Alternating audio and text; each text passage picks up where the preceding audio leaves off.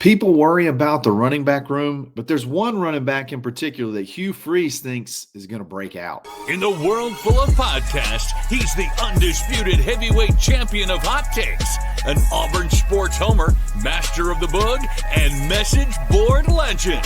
Get your buttons buttoned and your hats flattened because the Top Button Podcast is about to kick off. And you don't want to miss your courtside seat. Now, here's your host, Charlie 5. Yes, sir. We're back. It's another episode of the Top Button Podcast. I'm your host, Kyle Rush, a.k.a. Charlie 5, and we are ready to get after it. Happy Monday for everybody that was on the live last night. Thanks for tuning in. I got something I want to dive a little bit deeper in that we very quickly touched on at the end of last night's live. And then Hugh Freeze, man. We talk about how it gets him in trouble sometimes, but if you ask him a question, he'll give you an answer, and he doesn't really shy away from the truth. So we're going to talk about what he said about one particular running back and the running back room in general. That's been the cause of a lot of, I think, concern on a lot of people's minds going into this season. We'll talk about all that in just a second, but before we do that, let's give a quick shout out to rowback.com. Use coupon code BARN20 to take 20% off your order. I know it's hot right now, but dadgummit, I love these hoodies. I got my Auburn license hoodie on right now. They have polos that feel amazing. They look amazing. Shorts, hats, doesn't matter. They got it all. Accessories literally, they have everything. So save big. Check them out. Use coupon code BARN20 to take 20% off. It's rowback.com. Hugh Freeze was asked about the running back room and his expectations on the season. I think that's been a cause of a concern. I don't know. Maybe concern is not the right word, but I think when you talk to people about the running backs, that's one.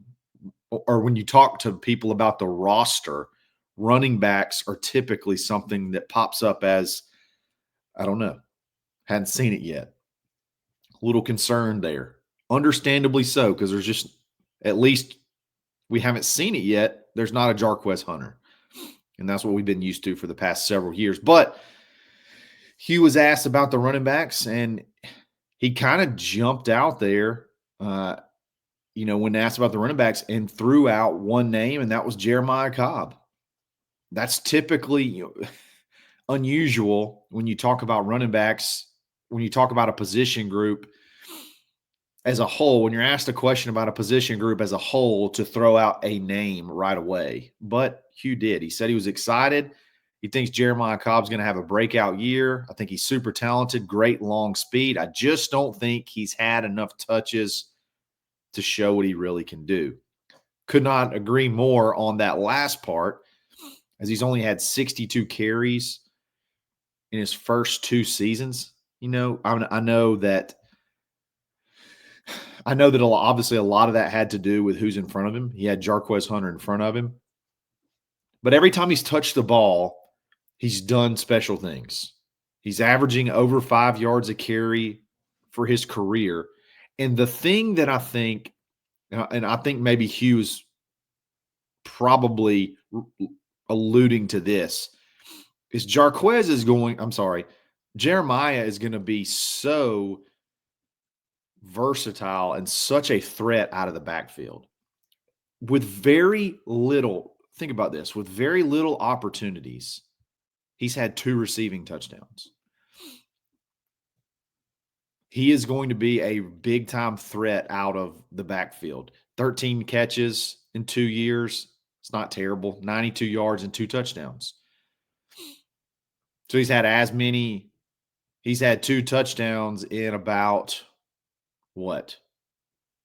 a fifth of the touches from running to passing. He's had 62 rushes and 13 catches.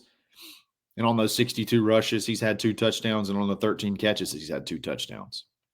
I think everybody's wanting to see more Jeremiah Cobb. We've seen him on kickoff return. But kickoff returns are so, you're just not going to get much. That's just not the best skill set, I think, personally, to really show his skills. And he did have a number of big returns last year that were negated by, holding penalties or clipping or things like that. I just don't think that's the biggest. I don't know that that's the skill set that really, I guess, accentuates his. That's not the position that really accentuates his skill set. Jeremiah needs to get on the edge.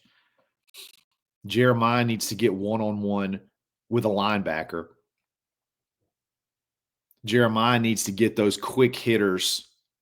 You don't necessarily have to formation into a power off tackle formation with a lead blocker. You don't have to do that, I don't think, with him. It can be read, explode. I think that's what's going to be best for him. I think they ran sort of like a wing T offense in high school, so there was a little bit more of some reads in there. So that would be something that you would think with the RPO and the read options and things like that, that would be something that would be natural for him. And I've talked about in the past how I don't want to say they're better. Obviously, I think pound for pound, Jarquez is one of the best running backs Auburn's had in, a number of years. I'd put him up against just about anybody over the last, decade or so, or maybe even 20 years. He's good. I just wonder if the skill set fit this offense the way Hugh wanted to run it, his skill set. And I think with Jeremiah's skill set, I think it's just a little bit different. But I think it's a little bit more different along the lines of the way Hugh wants to run his offense. Let me know what you think about that. He didn't just not talk about the other running backs, but he had a very, he kind of went in depth on Jeremiah, and then he said, obviously, I love Austin in every manner. He can do it all. And Darrell, he kind of said all this in the same sentence. Obviously, I love Austin. He's solid in every manner. He can do it all. And Darrell, didn't get to see him in spring, but I love what I see from him right now in the workouts. Then he also said Alvin Henderson is going to surprise, which that's what I've been hearing. A lot of us have been hearing from behind the scenes is that don't count Alvin Henderson out. Don't count him out. Don't think it's just hey, I got to come drink through a fire hose and get used to this transition from 1A or 1A football to the SEC. He's come in, he's ready to go. Now, 4 running backs, that's a lot of mouths to feed. How many carries can go around? Who knows? But Jeremiah was the one listed specifically from Hugh as having a quote unquote breakout season. So I think all of us would be excited to see a breakout season from Jeremiah because I don't think it's too arguable. I think this is a fair statement when you talk about the running backs. I think Jeremiah probably has the most upside. Is that a fair question? Is that a fair statement? I think Jeremiah probably has the most to offer from a explosive, being an explosive running back, more to offer as far as home run hitter, maybe more to offer in the passing game. I think that's fair. That doesn't mean he's the most dependable. That doesn't mean he's the one that you can rely on the most. I just think if he can put it all together, he has the most upside of anybody in the room. I don't know. Just my take, and it seems to be Hugh's take as well. We're going to talk about recruiting here in just a second. I want to dive in a little bit deeper on something we touched on last night and talk about a pathway to the finish line. We'll do that right after this.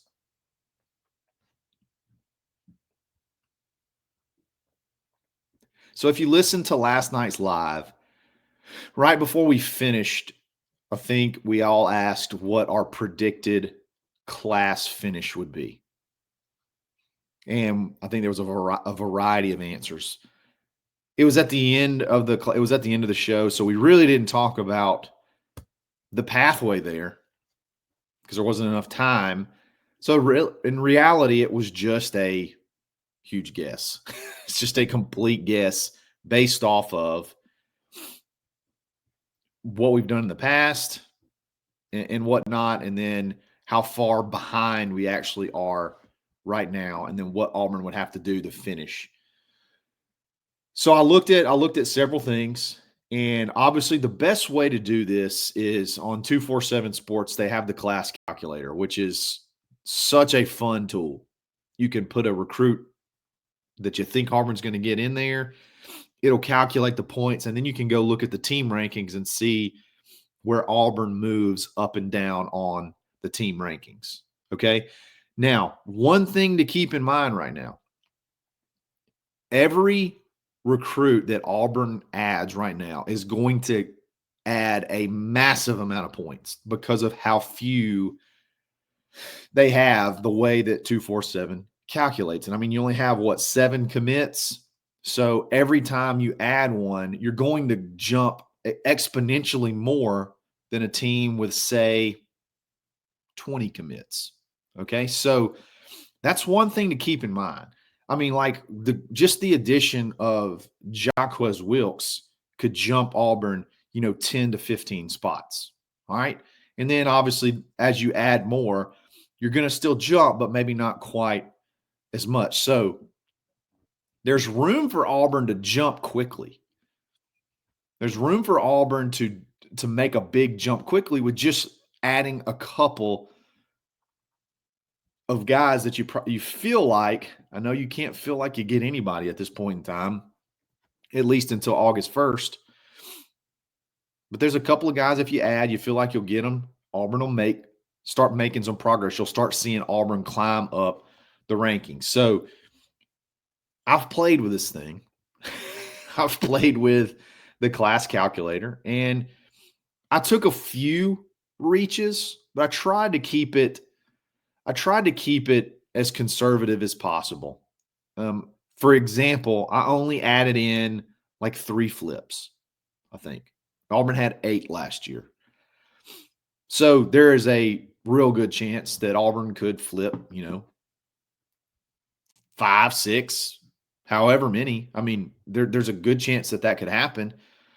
But when you're trying to bank on all that, I'm sure people would label me as a homer or, sunshine pumper. So I'm trying to keep it conservative. All right. So around 3 to 4 flips is about what I have Auburn kind of looking at. I think guys like Marquez Daniel are going to be guys that Auburn's going to recruit until the end.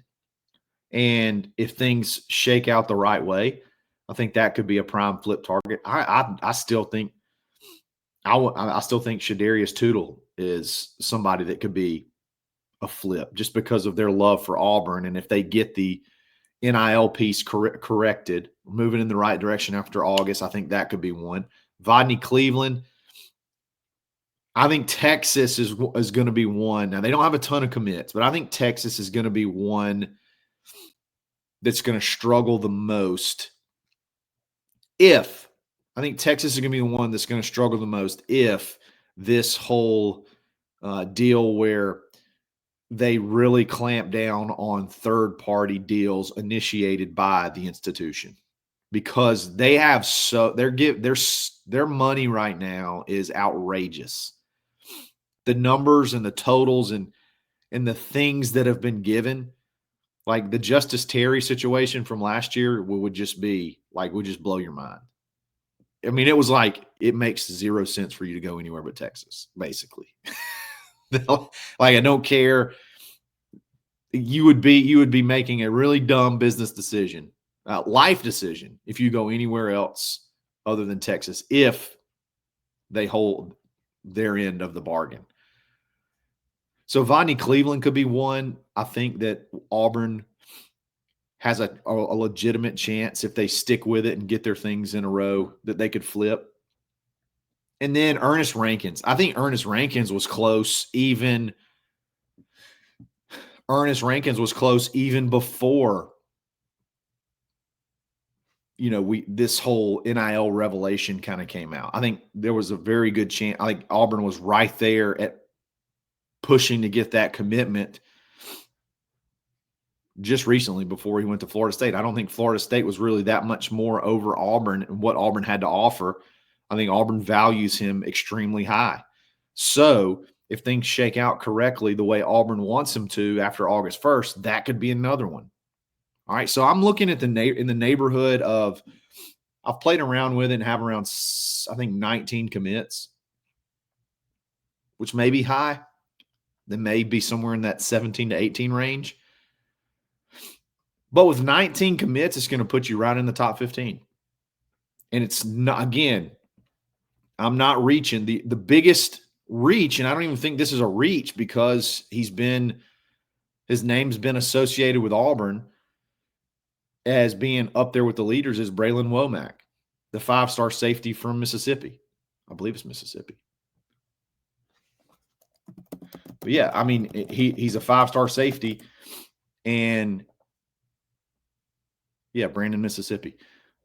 He's been right there talking about Auburn the whole entire time. So if you can get him to hold off a commitment until after August, I guess you don't even have to get him to hold off until after August 1st, when things become a little bit more clear about who's doing what and what's going to be allowed and what's not. Maybe you add that one. I just don't think the staff has forgotten how to recruit. And then I don't think that recruiting has become more relational than it has transactional right now. And I think if Auburn wants to, there's anybody's on the table once things kind of shake out. You just got to I don't even want to say get your NIL in order. It just has to become more clear. The picture has to be more clear about what's real and what's not. And then also, I mentioned this last night as well, I think there is a sort of behind-the-scenes pivot that's ready to go if needed. Already kind of being organized, that if this thing doesn't quite shake out the way we think it will, or that definition of what an institutional what's the word I'm looking for, where the institution actually facilitates the third-party NIL deal, what determines that and how that is enforced. If it goes in Auburn's favor, that's great. If it doesn't go in Auburn's favor and it's a little bit more of a loose interpretation, I think Auburn has the pieces in place behind the scenes to say, okay, we did what we were asked. The gloves are off. Let's get after it. And I think Auburn has the mechanism in place to be able to make that part happen. You've seen it happen the past 2 years. They've just sort of been laying in wait. And I think that's, it's frustrating. And maybe there's a little bit more of a liberal way to do it, to where it doesn't have to be where you're, 85th or whatever it is in the country. But at the same time, if you do what you're supposed to do, and then when the rubber meets the road, you can say, okay, look, we did what we were supposed to do. You guys weren't enforcing it the way that with the guidelines you gave us. So we're going to do what everybody else is doing now. And there's nobody you can blame but yourself. So the talk leading up to August 1st is going to be just outrageous. Hopefully Auburn can go on a tear. I don't think it's too far-fetched for Auburn to get back in the top 15. I really don't. I've looked at the numbers. It's not that far-fetched. And there's not a ton of reaches out there. Most of the guys are the common names you hear Auburn associated with. And then you pick off just, a handful of flips and you're good to go. So we'll see what happens. Let me know what you think in the comments. Could Auburn possibly pull off a top 15, or do you think they're too far gone right now? We'll have to see. And obviously winning is going to matter big time. Any kind of hype going towards Auburn's way is going to help. So we'll see what happens. Guys, we're going to be back every single day this week. Thank you all for listening. Again, let me know what you think in the comments. I'll pretty much respond to every single one. We'll talk again soon. It's another episode of the Top Button Podcast. Stay buttoned. Thanks for listening, and drive home safely.